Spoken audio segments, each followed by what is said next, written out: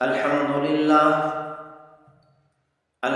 لله وكفى والصلاة والسلام على عباده الذين اصطفى خصوصا على سيد الرسل محمد المصطفى وعلى آله المجتبى وعلى أصحابه الأتقياء والأصفياء. أما بعد فأعوذ بالله من الشيطان الرجيم. بسم الله الرحمن الرحيم. ومن آياته أن خلق لكم من أنفسكم أزواجا لتسكنوا إليها. وقال الله تبارك وتعالى في مقام آخر: رب ابن لي عندك بيتا في الجنة ونجني من فرعون وعمله ونجني من القوم الظالمين.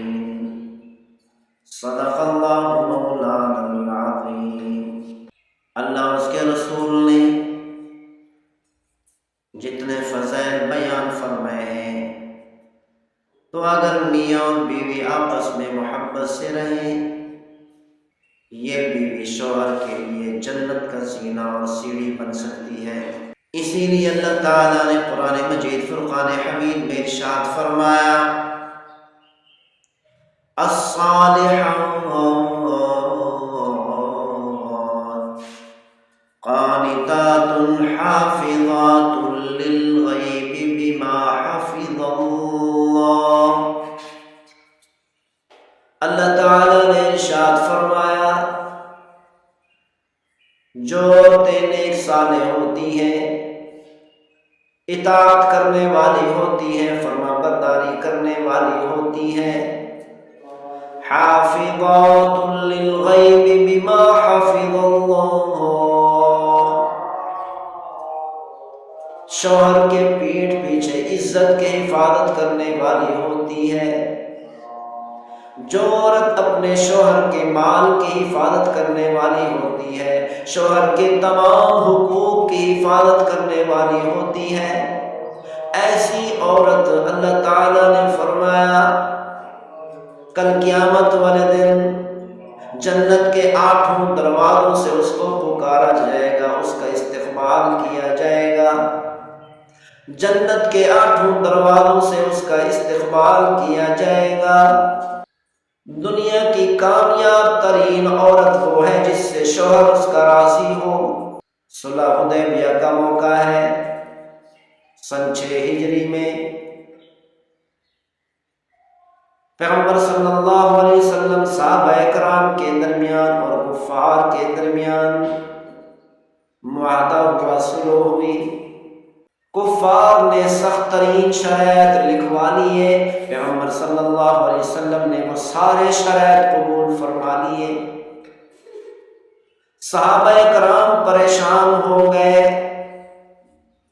حتیٰ کہ سیدنا عمر فاروق رضی اللہ تعالی عنہ نے عرض کیا: یا رسول اللہ، کیا یہ دین اسلام حق اور سچ ہے؟ پیغمبر صلی اللہ علیہ وسلم نے ارشاد فرمایا: جی ہاں، حق اور سچ ہے. تو سیدنا فاروق اعظم رضی اللہ تعالی عنہ نے عرض کی: یا رسول اللہ، اگر یہ دین اسلام حق اور سچ ہے تو ہم نے اتنی ذلت کو برداشت کیوں کیا، اتنی سخت ترین شرائط قبول کیوں کیے؟ محبوب صلی اللہ علیہ وسلم نے ارشاد فرمایا: یہ اللہ کا حکم تھا، اللہ کے حکم کی وجہ سے اتنے سخت ترین شرائط قبول کرنے پڑے. یہ اللہ کی حکمت ہے. ہو سکتا ہے کہ اس صلح کی وجہ سے، سخت ترین شرائط قبول کرنے کی وجہ سے آنے والے وقت میں اللہ تعالیٰ ایک بہت بڑی فتح ہمیں نصیب کر دے۔